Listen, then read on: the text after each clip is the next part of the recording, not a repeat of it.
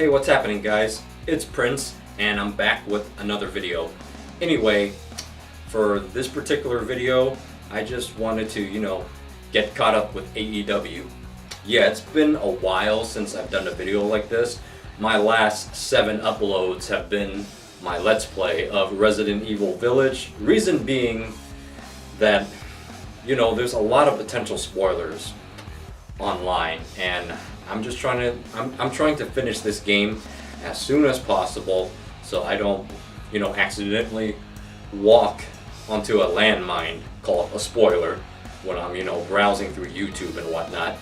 But anyway, yeah, I still got work to do on that game, but I have some time on my hands. I thought I would get caught up with AEW. So you guys know I watch it every week. Yeah, absolutely love it. On work days, I just flip on DVR. But anyway, yeah, a lot's happened in AEW since the last time I posted a wrestling related video. So, Blood and Guts. I'm pleased with the results of Blood and Guts. Yeah, as I said before, that in my opinion, it makes more sense, and it's better if the Pinnacle win that match, and they did. So yeah, they established themselves by beating like one of AEW's top factions, and in general, the Pinnacle they have a future potential. So you definitely did not want them to like walk into their first big match and lose it, So in that sense, yeah, it was good that the Pinnacle won that match. Yeah, and MJF, he continues to show that he's got potential, major potential in this business, in this industry. So yeah, you have to build him up. He could take losses here and there, but you don't want him to take those big losses that will definitely halt his momentum. Yeah, you definitely. I don't know what any other analogy I can come up with at this point, but yeah, you don't want to interrupt his journey. Now, the Pinnacle and the Inner Circle, they're not done yet. Yeah, this feud is still going on, and now they got another match, the Stadium Stampede match, that's going to be on Double or Nothing. Now, the stipulation is, if the Inner Circle lose, they have to break up forever. So, in this case, I think it wouldn't hurt to have the Inner Circle win. Yeah, so they can stay together, and the Pinnacle could take a loss right now, as long as it's like a minor loss. Yeah, because they already won the first match. Yeah, people just tend to pay attention to that first match. Like, remember Nexus's first match when they lost to Team Cena? Later on, they would beat Team Cena in other matches, but yeah, at that point, the damage was done. They lost a crucial match. So, the Pinnacle already won a crucial match. If they lose the Stadium Stampede, yeah, it won't halt their momentum. Yeah, it keeps the Inner Circle together, and it builds towards another feud. I mean, and it continues this feud, not build towards another feud, but it continues this feud, and I can see a rubber match where the Pinnacle come out on top. So yeah, there's that. Has the Inner Circle given everything they could? Not everything, but yeah, they looked really strong when they first started. So yeah. I don't think they're in danger of being buried by any means. It's just that right now, it just seems like it's the Pinnacle's time. But anyway, moving on. What else did I really like about AEW since my last post? Oh, when Jon Moxley defended the IWGP.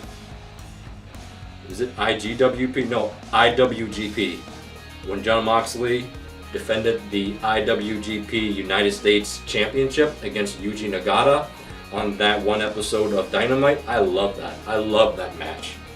Yeah, Moxley and Moxley and Nagata definitely put on a good show. Nagata at 53, yeah, he still moves pretty well in the ring, and he's still like, you know, fairly athletic. And yeah, you can tell that he's a veteran in the ring. Yeah, he definitely knows his moves. He knows his way around the ring. So they put on a good show. That I really liked. And it looks like Brian Cage has gotten a recent push. Yeah, he beat Hangman Page in that match. Yeah, he beat Hangman, who was at the time the top ranked wrestler, you know, in the rankings. So that's definitely a good push for Cage. I definitely like that. I like that they're pushing Brian Cage now. Let's just hope that this push, yeah, leads somewhere big, because this guy's got major potential. So yeah, I really think that, yeah, he's another main eventer in the making. Now, at Double or Nothing, he's going to go one-on-one with Hangman Page again. Who's going to win this match? It's up in the air at this point. I'm fine either result, as long as, you know, both competitors are like safe, yeah, you know, in the aftermath of this feud, you know. I don't want nobody like completely falling down the cards. They both have great potential. Hangman and Cage both have major potential, and I want them both to go far in AEW. So yeah, this looks to be a good match. They're both great wrestlers, so yeah, I expect to see a really technically sound match at Double or Nothing. Then, Britt Baker. Britt Baker has been buying her time. We all knew she had tons of potential, and I don't know if I want to call it now. Every time I called that every time I made a call that Shida would definitely drop the title, you know, in the past she ended up like retaining, like that match that she had against Abaddon. I thought Abaddon was definitely going to win that match and win the title, but Shida retained. However, as of right now, I think Britt Baker should really win this match. Shida did her time. She held the title for like a strong year. Yeah, it's time for the title to, you know, continue on its lineage, continue, you know, to continue on its legacy of having like, you know, of having like good wrestlers, you know, future big names, hopefully future big names hold the title.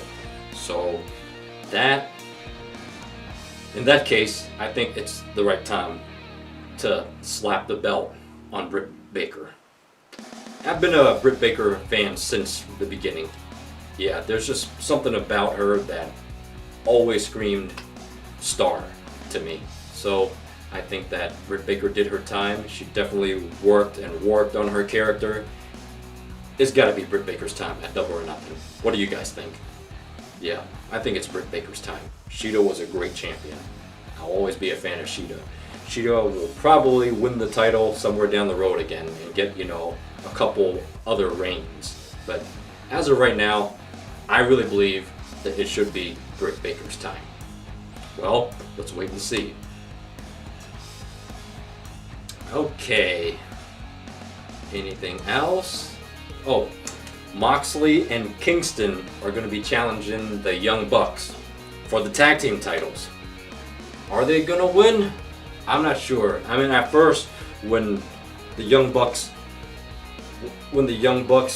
you know, called out Moxley and Kingston and you know, challenged them on camera to a match at Double or Nothing, I thought that was just going to be a match. I didn't know the titles were going to be on the line. And yeah, now that the titles are on the line, I'm not sure if they're going to win them. Don't get me wrong, Moxley and Kingston, love those guys. I want them to win the tag titles. It's just that I'm not sure I see the Bucks dropping them right now. You know? But I want Moxley and Kingston to win. So what could happen?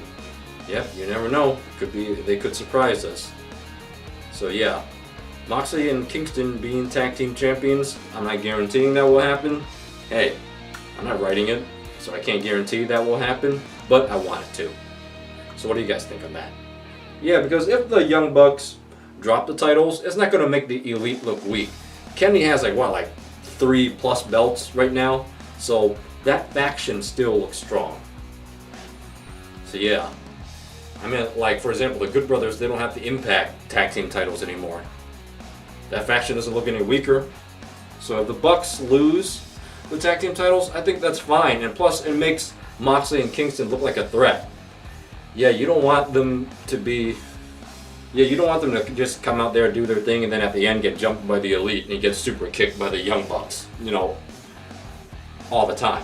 So every now and then, to make them look like a threat, I'm not saying Kenny should drop the title to Moxley right now, but to make Moxley and Kingston look like a threat, you have to like let them get the last laugh on some weeks. So I'm glad that, you know, last week,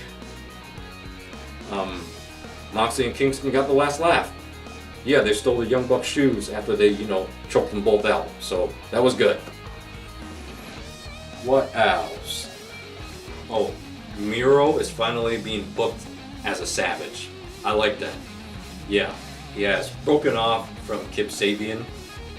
Not that I don't like Kip Sabian. I like Kip Sabian, by the way, but I just think that Miro and Kip, they're better apart as of right now. Yeah, Miro. Yeah, he jumped Kip Sabian backstage, closed that door on his arm. You guys remember that? Yeah. This is the Savage Miro that people have been wanting. So he's the Savage now. And he won the TNT title. So congrats to Miro for that. They're finally pushing him, you know, as a monster heel. So that's good. There are arguments that said that, oh, he should have been that way since he debuted. I'm not sure. I mean, at first I would have agreed with you, and I can't take credit for this next statement. Someone, you know, on YouTube brought this up. I forgot the person's username, so I apologize. But I'll credit you as best as I can. That person on YouTube said that maybe it's better that he walked in as Kip Sabian's best man, that he had this angle with Kip first, you know, so then from then till now you see the big change, you see the improvement, and people like seeing improvement. That, and at the time, you know, the title pictures, they were like really packed when he came in. So if he came in as that Savage, odds are they weren't going to slap a title on him like that soon. And eventually, you know, that Savage character might have grown stale but at this time because it would have had gone on so long at that point, you know. So now that he jumped from that, you know, I don't know what the word is. It a playful character? He jumped from that playful character, you know, as Kip Sabian's best man, best friend, to the Savage. Yeah, it keeps this Savage character fresh.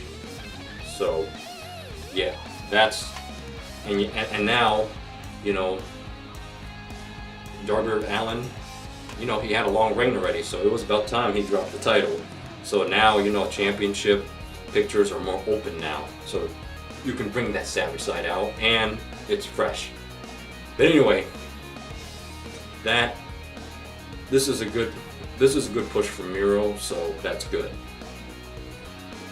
Well, that's pretty much all I have to say about whoa, how could I forget the world title match? Kenny Omega, Orange Cassidy, and Pac. Pac definitely has potential to be a world champion someday. Yeah. Orange Cassidy, I love Orange Cassidy. Don't get me wrong. I'm just not sure if this gimmick of his is meant to hold the world title. Which is fine though. You can't just like have a roster of all world champions, you know? You gotta have people here, you gotta have people there. Not everybody can be a world champion. You gotta be, your roster has to be well versed. You know, have variety. But who knows? Maybe Orange Cassidy will prove us all wrong someday. You never know. But right now, I really think Pac has championship potential. It's just that I don't think it's his time yet because I don't see Kenny dropping that title now. You know, it just doesn't feel right. So, this is a triple threat match. It's definitely going to take place. I doubt that Orange Cassidy is going to take up Kenny's offer to, you know, back off from this match and have his one-on-one match with Kenny later. I doubt that. But yeah, I think this three-way match is gonna happen, and I think Kenny Omega walks away with the title. I really do. So is that a better move? I think so. Yeah, when Kenny drops the title, it definitely has to be a big deal. It definitely has to be like the next big star. Will it be Hangman Page? I mean, I keep saying it should be Hangman Page, but who knows? AEW can surprise us sometimes. But anyway, guys, I think that's pretty much all the big news of AEW that I've covered. So yeah, who's ready for Double or Nothing this weekend? I know I am. Anyway, I'm Prince, and I'm signing out. I will catch you guys in the next upload.